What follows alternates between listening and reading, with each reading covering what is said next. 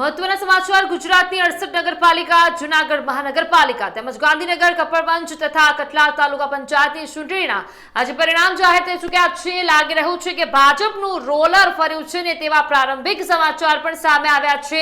દરેક જગ્યાએ ભાજપે ભગવો લહેરાવી દીધો છે અને તેમના ઉમેદવારોમાં પણ ખુશીની હેલી જોવા મળી રહી છે. ગાંધીનગરથી સમાચાર. ગાંધીનગર તાલુકાની 28 બેઠકો પર ચૂંટણી અને તમામ બેઠકો પર ભાજપનો ભવ્ય વિજય થયો છે. વિવિધ બેઠકો પર જીત બાદ વિજેતા ઉમેદવાર દ્વારા વિજયોત્સવ મનાવવામાં આવી રહ્યો છે.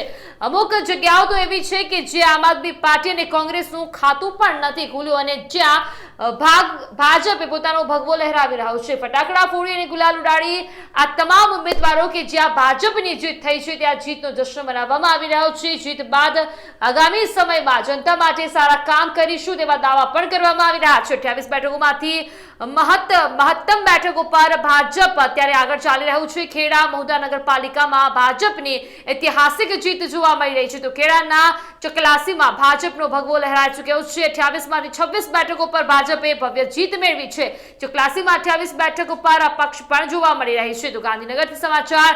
ગાંધીનગરમાં મહત્તમ સીટો પર ભાજપે પોતાની સત્તા, પોતાનો ભગવો લહેરાવી દીધો છે.